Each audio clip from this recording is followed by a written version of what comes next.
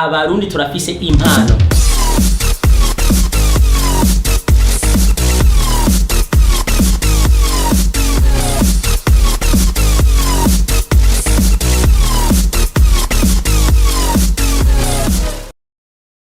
Mwaramutse mwiriwe mwese aho muri umwe wese ahari turabaramukije turi kuri Homewood TV turi kumwe n'aba reporters banyu babiri Gaflo n'umugenzi wanje Teacher Prince the MVP Prince of East Africa. Yes. Imbere ko tubandanya kuri Homewood TV mwibuke kufyonda kuri like, share na subscribe. Kandi mwibuke no commenting amufise ico muvuga naco ne mwibuke kucandika. So Homewood TV ibazaniye ikiganiro gishasha, ikiganiro kiryoshe, ikiganiro kimeze neza, Burundi Got Talent. Burundi Got Talent ni ico kiganiro gishasha Homewood TV ibazaniye.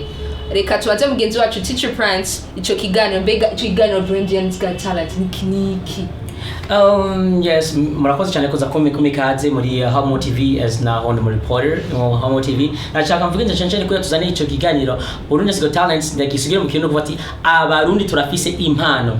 Twacera turazirikana turasanga Abarundi turafise impano nyinshi cyane gose kandi Abarundi turashobora gupresenter igihugu cyacu, turashobora guserukira igihugu cyacu mu makungu uko abandi babigira. Hoje turabona ariyo za American Got Talent, ariyo za UK Got Talent, za Philippines Got Talent, ariko bose bari muri American Got Talent.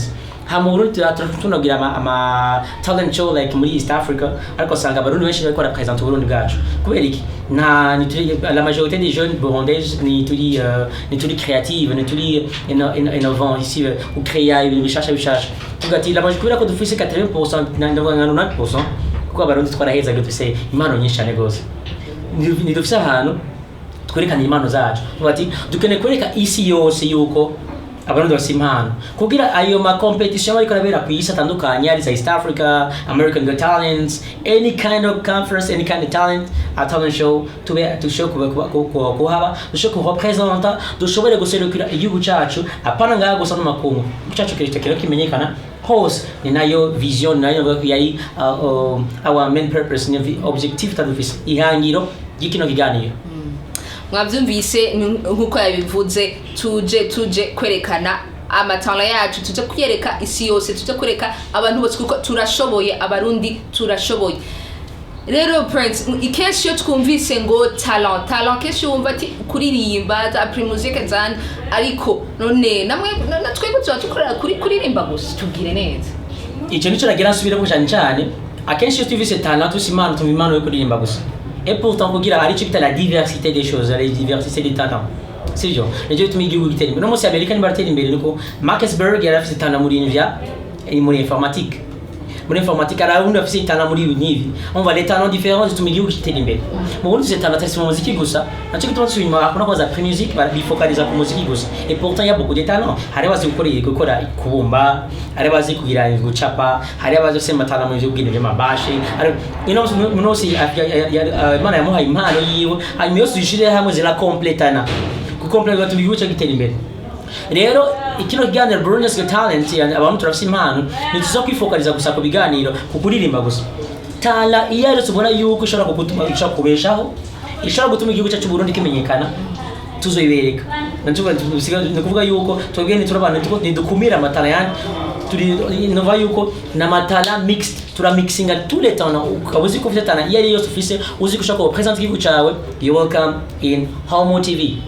Alright, mwavyumvise ariko akabanzo kanyuma Teacher Prince mbere ko turangiza aka introduction. None Burundi Got Talent ni yande izojamwe bande? Twumse ko ari Abarundi ariko ni abantu abasaza ni rwaruka ni abana ni abande. Burundi Got Talent na nyabande ugambere si abanyamahanga, c'est pour les Burundais wacu tugabarundi. Nabo ari East African Got Talent ni Burundi Got Talent because bavuga ati imisi tutangurira iwacu tutangana Burundi mbere ko tuja muri East African Got Talent tutangura na Burundi Got Talent tugakwerekana ivyacu.